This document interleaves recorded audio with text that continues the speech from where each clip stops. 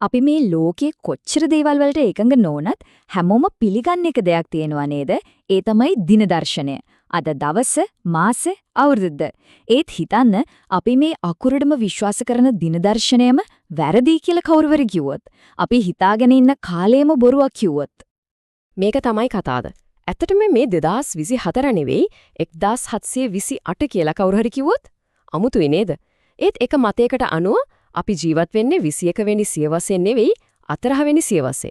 ඒ කියන්නේ අපේ ඉතිහාස පොත්වලින් සම්පූර්ණ අවුරුදු 300ක්ම අතුරුදහන් වෙලා. හොඳයි. මේ අදහගන්න බැරි කතාව කියන්නේ නිකන් කෙනෙක්ගෙන් නෙවෙයි. මේක පිටිපස්සේ ඉන්නේ ජර්මනු ඉතිහාසඥයෙක්. එරාගේ න්‍යාය ඇත්තනම් මධ්‍යතන යුගය ගැන අපි දන්න හැමදේම වැරදි. මේක තමයි Phantom Time Hypothesis කියන්නේ. හර්බර්ට් ඉලික් කියන ඉතිහාසඥයා තමයි 1991 දී මේක ඉදිරිපත් කරන්නේ. එයා කියන විදිහට ක්‍රිස්තු වර්ෂ 614 ඉඳන් 911 වෙනකම් කාලය, ඒ කියන්නේ අවුරුදු 297ක් ඇතරම තිබිලම නැහැ. ඒක පස්සේ කාලික පාලකයෝ ටිකක් එකතු වෙලා දින දර්ශනයට ඇතුල් කරපු මවා පෑ කාලයක්ලු. මෙන්න මේ කාල රේඛාව දිහා බැලුවා මේක පැහැදිලි. ක්‍රිස්තු වර්ෂ 1 ඉඳන් 10 වෙනකල් ඔය අතර මැද හරියටම 614 ඉඳන් 911 වෙනකල් අන්න ඒ කොටස තමයි මේ ෆැන්ටම් කාලය විදිහට හඳුන්වන්නේ. ඒ කාලය ඇත්තටම හිස් කියලායි මේ මතෙන් කියවෙන්නේ. ඉතින් ප්‍රශ්නේ තමයි කවුද මේ වගේ ලොකු බොරුවක් කරන්නේ? මොකටද? ඉලික්ගේ න්‍යායට අනුව මේක පිටිපස්සේ ඉන්නේ බලවත් තුන්දෙනෙක්. ශුද්ධ වූ රෝම අධිරාජ්‍යයා 3 වෙනි ඔටෝ, 2 වෙනි සිල්වෙස්ටර් පාප්තුමා සහ බයිසැන්ටයින් අධිරාජ්‍යයා. එයාලගේ අරමුණ 3 වෙනි ඔටෝට ඕනේ උනාලු ක්‍රිස්තු වර්ෂ 1000 කියන විශේෂ අවුරුද්දේදී පාලකයා වෙලා ඉන්න. ඉතින් ඒක කරන්න එයාලා අවුරුදු 300ක් විතර ඉස්සරහට පැන්නුවා කියලයි මේ චෝදනාව. හරි. මේක නිකන්ම කතාවක් නෙවෙයිනේ. මේ මතය ගොඩනගන්න එයාලා හෝඩුවාවන් කීපයක්ම පෙන්නනවා. අපි බලමු මේ මොනවද කියලා. මේ මුළු කතාවම පටන් ගැනීම තියෙන්නේ දින දර්ශනයේමයි. ජූලියස් සීසර් හඳුන්වලා දුන්න ජූලියන් දින දර්ශනයේ පොඩි ගණිතමය අවුලක් තිබුණා. ඒකේ හැටියට අවුරුද්දකට දවස් 365.5යි. ඒත් ඇත්තලම පෘථිවිය සූර්යයා වටේ යන්න ගන්න කාලේ ඊට වඩා ටිකක් අඩුයි. හරියටම කිව්වොත් අවුරුද්දකට විනාඩි 11ක් විතර අඩුයි. ඔය පොඩි විනාඩි 11 තමයි මේ ලොකු ප්‍රශ්නෙට මුල. හිතලා බලන්න. ඔය විනාඩි 11 ටික එකතු වෙලා අවුරුදු 128ක් යනකොට දවසක වැරද්දක් වෙනවා. ඉතින් 1582 වෙනකොට සීසර්ගෙන් පස්සේ අවුරුදු 16ක් විතර ගිහින් ඒ කියන්නේ දින දර්ශනයේ දවස් 13ක් විතර ඉස්සරහින් යන්න ඕනේ. ඒත් ග්‍රෙගරි පාප්තුමා දින දර්ශනය හරිගස්සනකොට එයා අයින් කළේ දවස් 10ක් විතරයි. එතකොට අනිත් දවස් 3 ඒවට මොකද උනේ? අන්න එතන තමයි මේ මුළු න්‍යායෙම හදවත තියෙන්නේ. ඇයි දවස් 13ක් හදන්න තියෙද්දි දවස් 10ක් විතරක් හැදුවේ? අර ඉතුරු දවස් 3ක් කොහෙද ගියේ?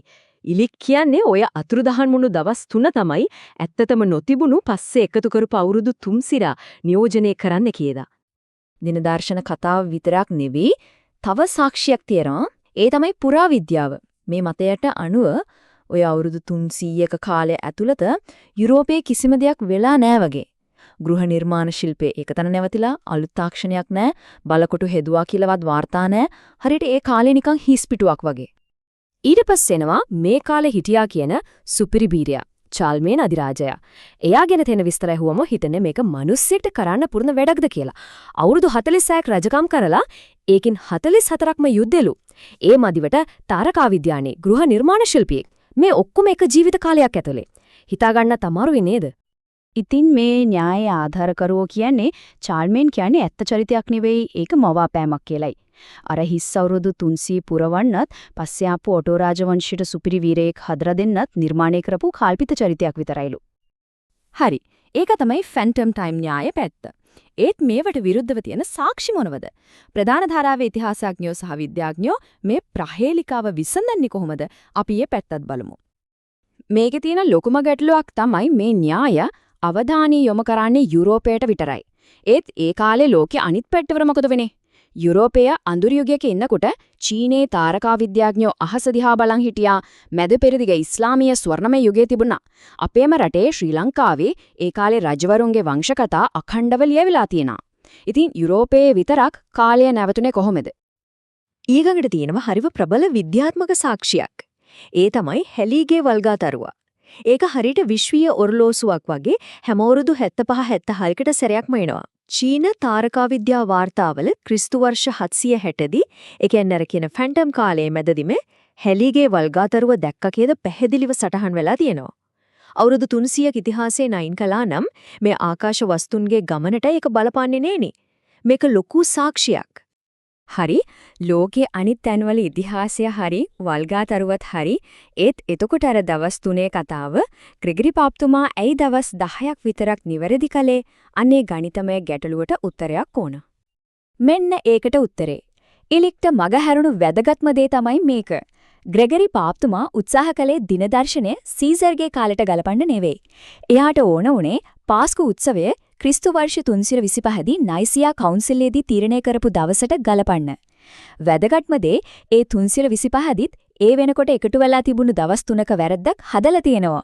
ඉතින් 1582 වෙනකොට අලුතෙන් එකතු වෙලා තිබුණේ දවස් 10ක වැරද්දක් විතරයි. අර කලින් හදපු දවස් 3යි ග්‍රෙගරි පාප්තුමා හදපු දවස් 10යි එකතු වුණාම ඔන්න සම්පූර්ණ දවස් 13. ගණිතය හරියටම හරි. හොඳයි. එහෙනම් මේ හැම දෙයක්ම දිහා බැලුවම අපේ දින දර්ශනය ගැන අවසාන තීන්දුව මොකක්ද? ප්‍රධාන ධාරාවේ ඉතිහාසඥයින්ගේ විද්‍යාඥයින්ගේ නිගමනය නම් බොහොම පැහැදිලි. ෆැන්ටම් ටයිම් හයිපොතීසිස් කියන්නේ සාක්ෂි වලින් තහවුරු කරන්න බැරි කුමන්ත්‍රණ න්‍යායක්. ඒ කියන්නේ අපේ දින දර්ශනය හරි අපි ඉන්නේ ඇත්තටම 21 වෙනි සියවස්සේ. එතකොට අර යුරෝපයේ තිබුණා කියන හිඩැස ඒකට හේතුව කාලය අතුරුදහන් වීම නෙවෙයි ඒක ඇත්තටම අඳුරු කාලයක් වීම. හිතන්න රෝම අධිරාජ්‍ය බිඳ වැටුනාම මුළු සමාජයම කඩා වැටුණා. 95ක්ම මිනිස්සු දුපත්කමින් හිටියේ. කියවන්නේ පුලානුනේ 5කට විතරයි. ඉතින් බඩගින්නේ ඉන්න ජීවත් වෙන්න පොරබදන සමාජයක් අලුත් ගොඩනැගිලි හදන තාක්ෂණය දියුණු කරන එකක් නෙවෙයි. ඒක කාලය නැතිවීමක් නෙවෙයි දියුණුව නැවතීමක්. කොහොම නමුත් ෆැන්ටම් ටයිම් හයිපොතීසිස් වගේ න්‍යායක් ප්‍රතික්ෂේප වුණත් ඒක අපිට වැදගත් දෙයක් මතක් කරනවා.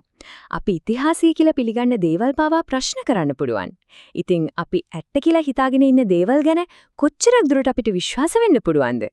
ඕනෙම දෙයක් එක පැත්තකින් විතරක් බලන්නේ නැතුව විවිධ පැතිවලින් බලලා තහවුරු කරගන්න එක කොච්චර වැදගත්ද කියන එක තමයි මේකෙන් අපිට ඉතුරු වෙන ප්‍රශ්නය.